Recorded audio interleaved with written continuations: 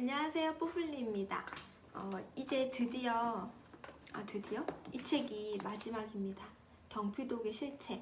우리 몸을 서서히 죽이고 있었던 경피독에 대해서 많이 알아봤는데 이거를 최대한 해결할 수 있는 방법은 일단 공부하는 거인 것 같아요.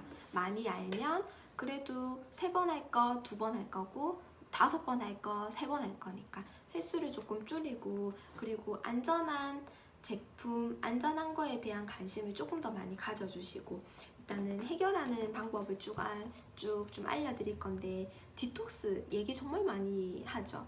디톡스 저 굉장히 많이 좋아하고 상담을 하고 많이 도움을 드리고 있는데요. 시중에 나와 있는 디톡스라고 광고하는 프로그램들이 굉장히 많아요. 근데 자세히 보면 대부분 몸에 있는 수분을 빠르게 빼서 눈에 보이는 체중의 눈금을 줄이는 그런 프로그램들이 굉장히 많아요. 근데 대부분 디톡스 하면 다이어트와 연관을 짓지만 디톡스는 다이어트와는 사실 굉장히 다른 개념이거든요.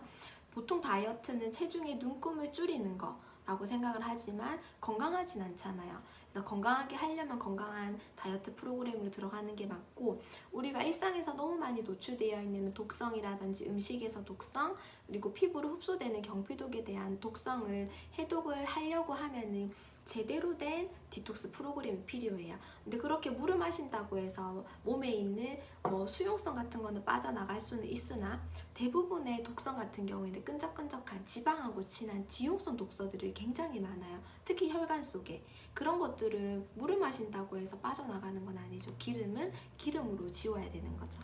그래서 지용성 비타민의 도움도 굉장히 필요해요.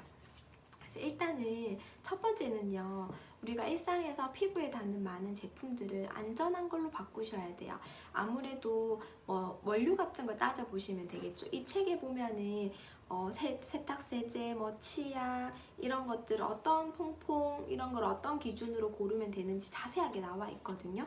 이거는 62페이지부터 있으니까 꼭 읽어보시고 참고하시면 좋을 것 같고요. 사소하게 얘기할 수 있는 거는 운동 같은 거 꾸준히 할 수 있는 거, 그리고 림프를 풀어주는 것들, 이런 것들이 있고, 그 외에는 그게 있어요. 일단은 피부로 흡수된 거기 때문에 피부 디톡스가 필요하죠. 피부가 28일 주기로 여기서부터 새로운 피부가 올라오고 험피부가 밀려서 나가면 각질이 탈락하고 우리 입장에서 각질이 제거된 거예요.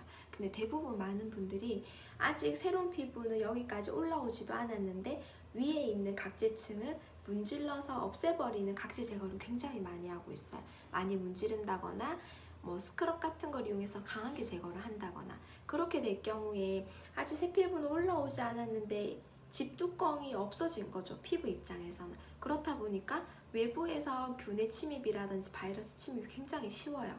그리고 피부 속에 있어야 되는 수분 소실량이 굉장히 많아지죠. 그리고 피부는 이렇게 집뚜껑이 없는 상태를 가만히 두지 않아요. 얘를 빨리 올려 보내주면 되는데, 그러기에는 필요한 재료라든지 그리고 기간이 많이 남아있기 때문에 피부 속에서 각질하고 색소세포들을 먼저 올려보내요. 집뚜껑이 없어졌으니까 각질하고 색소 너희가 얘가 위로 올라갈 때까지만 지켜줘라고. 근데 본인 입장에서는 어때요? 분명히 엊그제 각질 제거를 했는데 내 눈에 각질하고 색소세포들이 보이는 거죠. 더 칙칙해 보이고 각질 제거 또 해야 되나? 그러니까 얘네들마저도 세게 문질러서 없애버리는 거예요. 그래서 이게 반복이 되면 각질과 색소들이 계속 쌓이면서 피부가 얼룩해지고, 그리고 각질이 쌓여서 딱딱한 피부가 되는 거죠. 여기에서 오래 지속이 되면 뭐가 돼요? 건선이요. 세포 분열 주기가 굉장히 빠르게 바뀌게 되면 건선까지 굉장히 치료가 힘들거든요. 그래서 이 주기에 맞는 안전한 각질 제거 같은 거를 제대로 하는 것도 굉장히 필요해서 억지로 문지른다거나 강하게 각질 제거를 한다거나 하는 거는 피부에 굉장히 악영향을 미치는 거죠.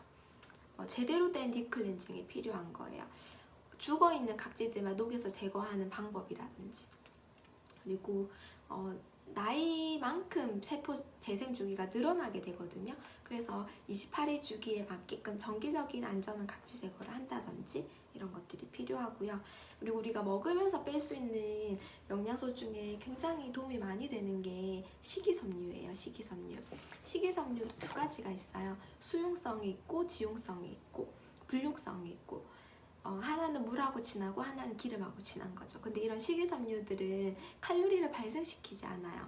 그런데 내가 먹게 되면요, 대부분 현미, 그 정제되지 않은 그런 곡물 같은 거에도 굉장히 많이 들어가 있고, 그리고 얘네들을 먹게 되면 좋은 게 일단은 장에 들어가면은 하는 역할이 굉장히 커요.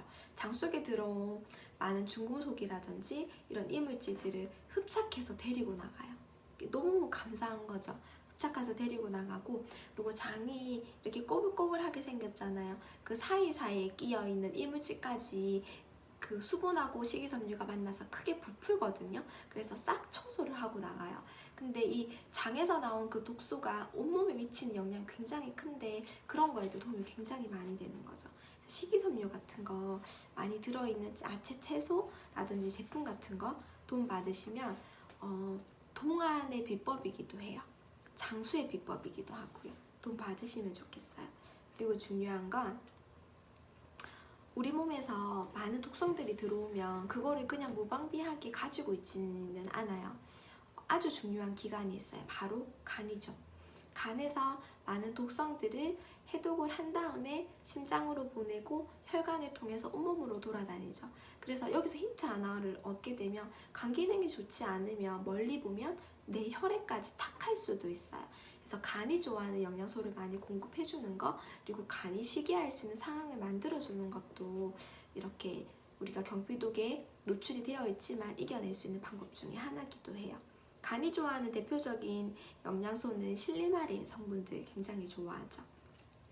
그리고 또 하나는 독성들이 우리 몸속에 들어왔을 때 얘네들이 우리 몸에 있는 세포 하나하나를 공격을 하고 손상을 입히게 되는데, 그거를 물리칠 수 있는 영양소를 많이 넣어주는 것도 방법 중에 하나예요. 그래서 항산화 에이스라고 해가지고 비타민 A, 그 다음 비타민 C, 그 다음 비타민 E, 이렇게 C 빼고는 두 개가 A하고 E는 지용성 비타민이죠. 그래서 독성은 대부분 기름기를 많이 띠고 있는데 그런데 도움이 굉장히 많이 돼요. 그래서 항산화 비타민 에이스를 듬뿍듬뿍 매일 넣어주면서 독성을 중화시키고 또는 배출시키는 거에도 영향을 많이 미치면 좋을 것 같아요.